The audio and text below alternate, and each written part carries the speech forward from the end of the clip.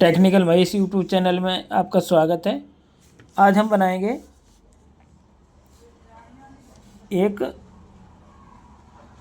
IN4148 diode के द्वारा fire alarm.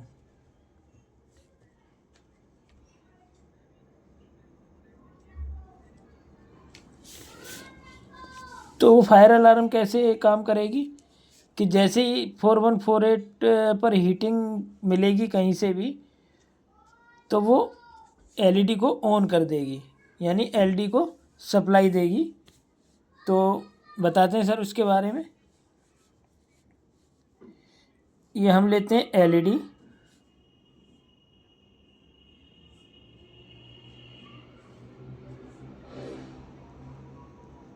Series में लगाते हैं हम एलईडी।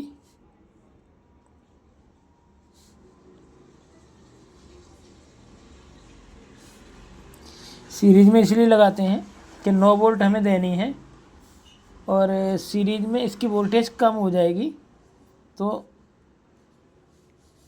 इसलिए हम इसे सीरीज में लगा रहे हैं। ये हमारी एलईडी,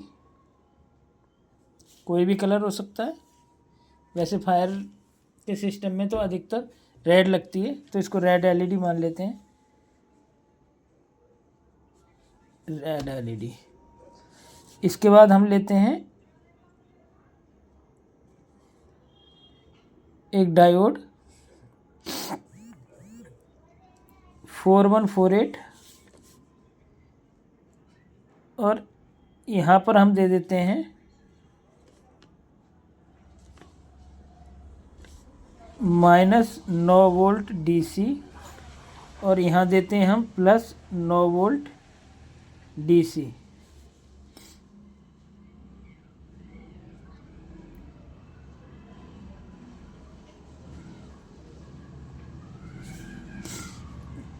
इस पर हम 9 वोल्ट डीसी देते हैं और ये जो डायोड है हमारा IN4148, ये वाला, तो यहाँ पर अगर हमें हीटिंग मिलती है, मान लीजिए हम लाइटर जलाते हैं या माचिस जलाते हैं, तो जैसे ये हीट होगी ये एक स्विच का काम करेगी और स्विच का काम करेगी। जैसे ही इस पर नेगेटिव वोल्टेज होगी तो ये आपस में शॉर्ट हो जाएंगी, ये दोनों पिनें हीट होने से।